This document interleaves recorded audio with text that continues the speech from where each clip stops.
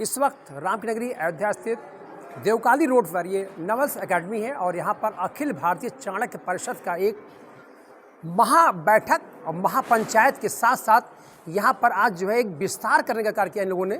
तो ऐसे में आपको बता दें, यहाँ पर जो प्रदेश अध्यक्ष दिलीप राम त्रिपाठी जी हैं और इनको एक चुनौती भरा इनको दिया गया था कि अगर आप जो है अगर खरे नहीं उतरे तो आपको पद से मुक्त करने का कार्य चाणक्य परिषद करेगा। ऐसे में हमारे पास इस समय दिलीप राम त्रिपाठी जी हैं और हम इसे जानना चाहेंगे। दिलीप राम त्रिपाठी जी, सबसे पहले हमारे चैनल में आपका स्वागत है। बहुत बहुत धन्यवाद आदरणीय सुबोध जी। त्रिपाठी जी, जिस तरह से आपको प्रदेश अध्यक्ष यहाँ पर नियुक्त किया गया और नेतृत्व, राष्ट्रीय नेतृत्व ने आपको यहाँ पर अध्यक्ष बनाया और ऐसे में आपके साथ बहुत चुनौती भरा था और लेकिन अभी महीने भर भी नहीं बीते, अब आपने अपनी ताकत दिखा दिया इनको, इसमें क्या कहना आपका है? सबसे पहले अखिल भारतीय चाणक्य परिषद के शीर्ष नेतृत्व को हृदय तल की गहराइयों से साष्टांग दंडवत प्रणाम निवेदित करते हैं। हम उनके बालक हैं, हमारे वो गार्जियन हैं। हमेशा गार्जियन अपने बालक से, अपने सुपुत्र से आशा भरी उम्मीद से यह आदेश करता है, यह निर्देश करता है कि वह अक्षरशः पालन करते हुए आगे बढ़ें और अपने लक्ष्य को प्राप्त करें।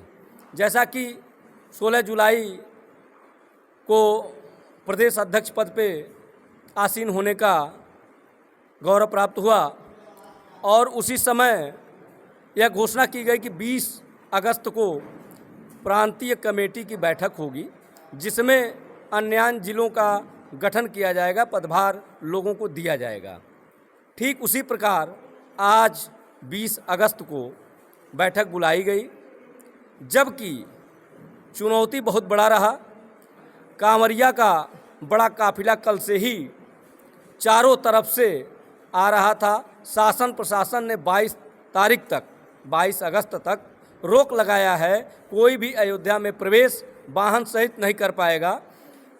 लिहाजा इसके मद्देनज़र देखते हुए गोरखपुर, देवरिया, आजमगढ़, महाराजगंज, लखनऊ, हरदोई, सीतापुर, लखीमपुर से अखिल भारतीय चाणक्य परिषद से जुड़ने के लिए भारी संख्या में, भारी तादाद में लोग आ रहे थे, पर जगह जगह बैरियर होने की वजह से अधिक संख्या में अधिक जिलों से लोग नहीं आ पाए। आज आपने जिस तरह से आपने प्रदेश की बात करेंगे, अयोध्या जनपद की बात नहीं करेंगे, प्रदेश की बात करेंगे, वो भी उत्तर प्रदेश की बात करेंगे।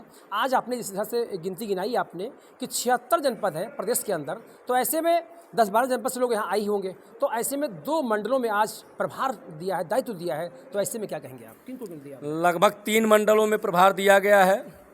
देवी पाटन मंडल आदरणीय राम बुझारत दुबे जी को वहाँ का प्रभारी बनाया गया है। अयोध्या मंडल शेषमणि दुबे जी अंबेडकर नगर से पधारे थे, उनको वहाँ का प्रभारी बनाया गया है। ये जनपद बस्ती मंडल के अंजनी कुमार द्विवेदी जी को प्रभारी बनाया गया है। इन तीनों मंडलों के अंतर्गत लगभग 10-12 जिले आते हैं जिनमें कार्य बखूबी उनके नेतृत्व में किया जाएगा और लोगों को अधिक से अधिक संख्या में जोड़ा जाएगा। त्रिपाठी जी, जिस तरह से एक चुनौती भरा आपके लिए संघर्ष, आपका ये जो पद है आपका अध्यक्ष का, तो रहा है और रहेगा, तो कैसे आप जो है क्षेत्र जनपद को आप मैनेज करोगे, कैसे करोगे आप? देखिए, चुनौती ही विजय का परिणाम दिलाता है।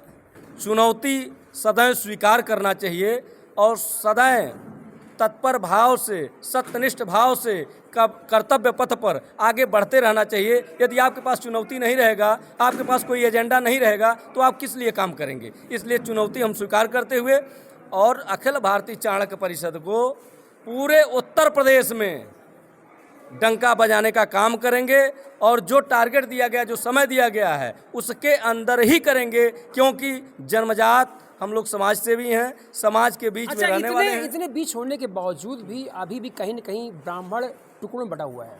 आज ब्राह्मण टुकड़े में है और एक मंच पर नहीं आ पा रहा है, तो ऐसे में जो संगठन है उनको एक मर्ज करने का कार्य करो, कैसे करोगे आप? क्या है ये? देखिए, ऐसा है, प्रत्येक परिवार में एक छोटा परिवार होता है, वहाँ भी एक मत नहीं होता है। हमारा ब्राह्मण परिवार भारत में बृहद परिवार है और वहाँ पे मतैक्य होना स्वाभाविक है। हम हर संभव प्रयास करेंगे, जो छुटपुट राजनैतिक पार्टियों से जुड़े हुए लोग हैं, ग्रसित हैं, उनको छोड़ करके ब्राह्मण समाज के उत्थान के लिए जो आगे आएंगे, जो सद्भाव से ब्राह्मण समाज के लिए कार्य करेंगे, उस प्रत्येक व्यक्ति को हम जोड़ने का कार्य करेंगे। कोई कोर कसर छोड़ेंगे नहीं हम। राष्ट्रीय मंत्री राधेश्याम मिश्र जी हैं और आपने जिस तरह से इनको एक चैलेंजिंग भरा पद दिया था, तो ऐसे में इन्होंने 3 मंडलों का गठन किया है, तो ऐसे में क्या लगता है इनके अध्यक्ष पर कैसे क्या आते हैं? क्या मैं इन्हें हृदय से पहले तो बधाई देता हूँ कि इन्होंने जो निर्देश दिया गया था, परिषद के केंद्रीय नेतृत्व ने दिया था, उसके आधार पर इन्होंने अपना कार्य शुरू कर दिया है, अभी प्रारंभ कर दिया है। और चुनौतीपूर्ण तो रहता ही है, अगर चुनौती स्वीकार नहीं करेंगे तो हम आगे बढ़ने का कार्य नहीं कर सकते। एक बात ज़रूर है, देश में प्रदेश में लोग हमें जातिवादी कहते हैं, लेकिन मेरा अपना मानना है, परिषद का मानना है कि व्यास जी किस जात के थे, मनु किस जात के थे, जिन्होंने मनुस्मृति लिखा, वेद व्यास ने वेदों की संरचना की, पुराणों की संरचना की। तो हम लोगों ने तो जातिवाद नहीं किया, हमारे लोगों ने तो बढ़ चढ़ करके भारत को प्रतिष्ठित करने में अपना पूर्ण रूपेण समर्थन दिया, सक्रियता निभाई, चाहे वो क्षेत्र हो, कलाकारों का क्षेत्र हो, चाहे वीरों का क्षेत्र हो, चाहे विद्वानों का क्षेत्र हो, हम लोगों ने मार्गदर्शन किया है और मार्गदर्शन करेंगे, क्योंकि चरैवेति के सिद्धांत को हम लोग मानते हैं और करेंगे। यार हम लोगों ने निश्चय कर लिया है कि ब्राह्मणों का ये जो सशक्त नारा है, परिषद तय ब्राह्मण तय। बहुत बहुत धन्यवाद। अभी आपने जिस तरह से यहाँ पर अखिल भारतीय चाणक्य परिषद के आपके प्रदेश अध्यक्ष, राष्ट्रीय महामंत्री से विशेष चर्चा हुई और इन्होंने कहा है कि संगठन को मजबूत करने का कार्य करेंगे। और क्या 24 में भी इसका एक जिसे भी आपने एक शब्द कहा कि हमारे साथ अवहेलना हो रही है, दुर्व्यवहार हो रहा है, तो क्या 24 में अगर सरकार आपकी बातों को नहीं मानेगी तो क्या इसका असर पड़ेगा?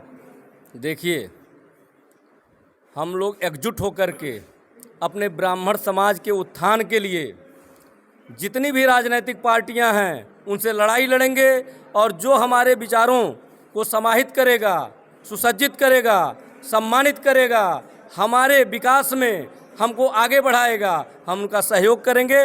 नहीं तो अगर ऐसा नहीं करते हैं तो पूर्ण रूप से उनका बहिष्कार करेंगे, उनकी अवहेलना करेंगे। क्या बात है। अभी आपने देखा जिस तरह से अभी आपके प्रदेश अध्यक्ष आपके त्रिपाठी जी ने बताया कि अगर चाहे जो भी राजनीति दल होगी, अगर हमारी बातों को नहीं मानती है तो इस पर जो है एक विचार विमर्श करने के बाद एक उग्र आंदोलन करने की बात होगी। मैं सुबोध श्रीवास्तव, टीवी पर चैनल अयोध्या से।